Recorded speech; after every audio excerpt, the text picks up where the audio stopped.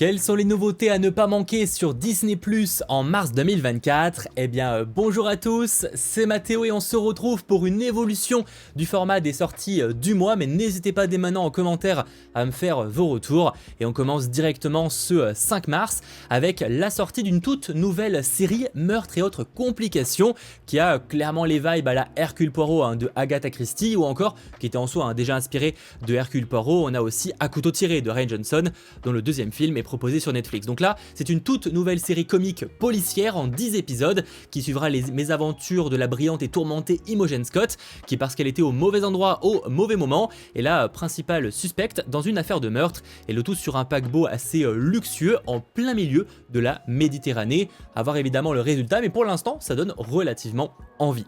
Le lendemain, le 6 mars, cette fois sera ajouté ce qui manquait d'ailleurs en France et qui était déjà proposé dans le reste du monde, les 3 dernières saisons de la série X-Men des années 90. Vous savez sûrement qu'une nouvelle série X-Men arrive très bientôt, on va le réévoquer dans quelques instants. Et donc pour la série des années 90, il y a au total 5 saisons, mais en France, pour une raison inconnue, seules les 2 premières étaient proposées. Eh bien, bonne nouvelle, ce 6 mars arrive la 3, la 4 et la 5, l'occasion parfaite pour se refaire un marathon intégral, même si bon, on va pas se mentir que cette série là a quand même globalement très mal vieilli. C'est clair qu'au niveau de l'animation notamment, c'est un peu compliqué. Autre genre, toujours le 6 mars, que je ne peux que vous recommander, surtout si vous aimez un peu cet humour british, on a la série britannique Extraordinary qui revient pour sa seconde saison. J'avais adoré la première, et en fait le concept, on va dire, de cet univers là est assez simple en soi, c'est que tout le monde obtient des super pouvoirs au bout d'un certain temps. Enfin tout le monde, vous vous en doutez, c'est un peu plus complexe. Il y a un personnage qui s'appelle Jen en l'occurrence, et qui elle n'a toujours rien obtenu, et ça commence à être réellement problématique dans son quotidien parce que elle est jugée par tout le monde étant la seule à ne pas avoir de super pouvoirs. On verra donc si ça évolue dans cette seconde saison, mais pour les fans de l'humour vraiment british, eh bien n'hésitez pas à vous laisser tenter par Extraordinary. Autre genre, cette fois le 13 mars, beaucoup plus en vrac, mais nous aurons l'ajout de la 16e saison de la série policière Esprit criminel. Également la 3e saison de la série Reservation Dogs, qui était très appréciée pour ceux qui du coup attendaient cette 3e saison. C'est l'occasion de foncer.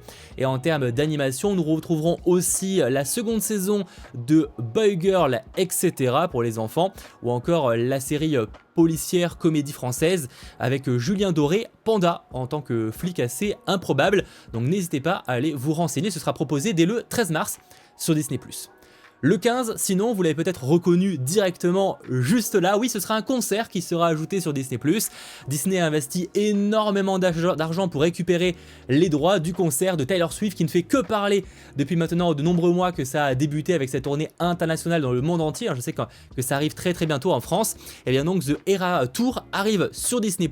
Alors certains me diront, attends, du coup c'est quoi? Est-ce que c'est le film qui était proposé justement au cinéma dernièrement? Alors oui, en partie, mais ce qui sera proposé sur Disney+ sera une version un peu étendue avec 4 chansons acoustiques supplémentaires qui n'étaient ni proposées au cinéma ni dans la version VOD. Mais je rappelle qu'au cinéma, ce concert-là a été un succès monumental. On parle de plus de 260 millions de dollars générés uniquement au cinéma dans le monde. Ça franchement, c'est colossal. Clairement, en 2023, il y a plein de films qui auraient espéré faire des scores comme ça, et pourtant avec des budgets encore plus importants.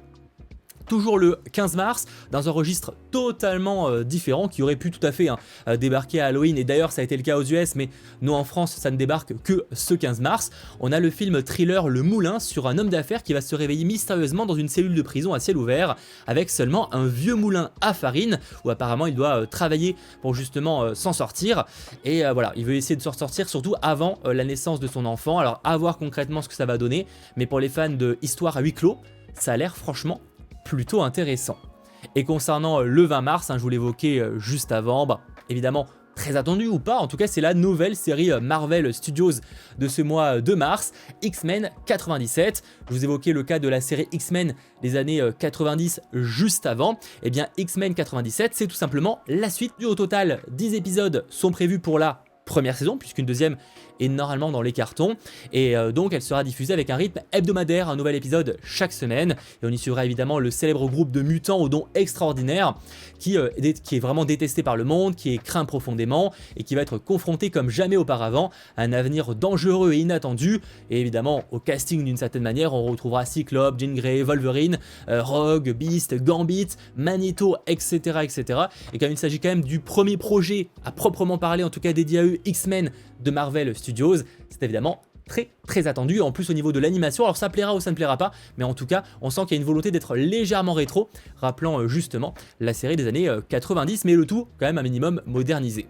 Autre registre, toujours en termes d'animation par contre, le 20 mars arrive également l'animé Sandland, la série.